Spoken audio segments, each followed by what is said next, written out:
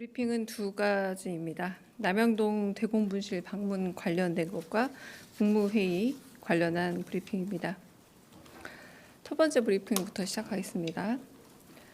강유정 대변인입니다. 이재명 대통령은 오늘 경찰청에서 열린 제80주년 경찰의 날 기념식 이후 지금은 민주화운동 기념관으로 재탄생한 남영동 대공분실 전시 공간을 전격 방문했습니다.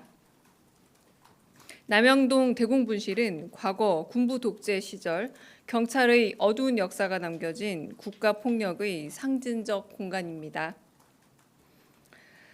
이재명 대통령이 경찰의 날 이곳을 찾은 이유는 다시는 이와 같은 오욕의 역사가 되풀이되는 일 없이 진정한 민주경찰, 국민의 경찰로 거듭나는 계기가 되길 바라는 이재명 대통령의 의지가 담긴 행보입니다. 이 대통령은 고 박종철 열사가 고문을 받다 숨진 509호와 민주화운동 청년연합 의장으로 활동하다 붙잡혀 고초를 겪었던 고 김근태 전 의원 조사실인 515호 등의 전시관을 모두 살펴봤습니다. 이 대통령은 과거의 고문 장비가 전시된 시설을 둘러본 뒤 언제 이렇게 개조된 것이냐, 역사의 현장이 훼손된 이유는 무엇이냐 등을 물었습니다. 동행한 민주화운동 기념사업회 이재호 이사장은 이곳은 민주화운동 탄압과 간첩 혐의 조작을 위해 1987년까지 고문실로 운영되었다. 6월 민주화 항쟁 이후 다시 좀 읽겠습니다.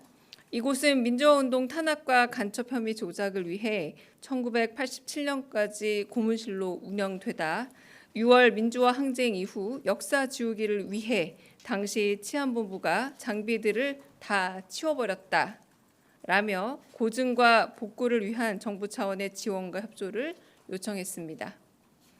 이상입니다. 국무회의 관련해 브리핑하겠습니다.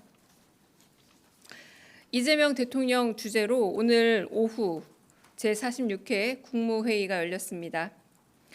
모두 발언에서 이 대통령은 최근 코스피 지수가 연일 사상 최고가를 경신하고 있는 점을 언급하며 합리적인 투자 문화를 정착하기 위한 정책 의지를 재차 강조했습니다.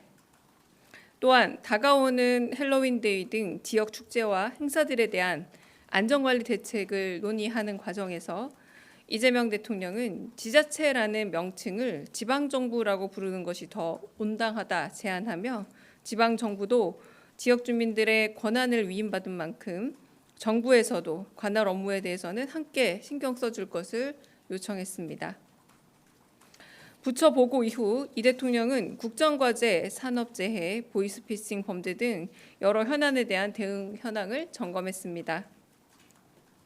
특히 노동부 장관에게 산재 사망 사고가 줄고 있는지 물은 후 공공발주 사업에서조차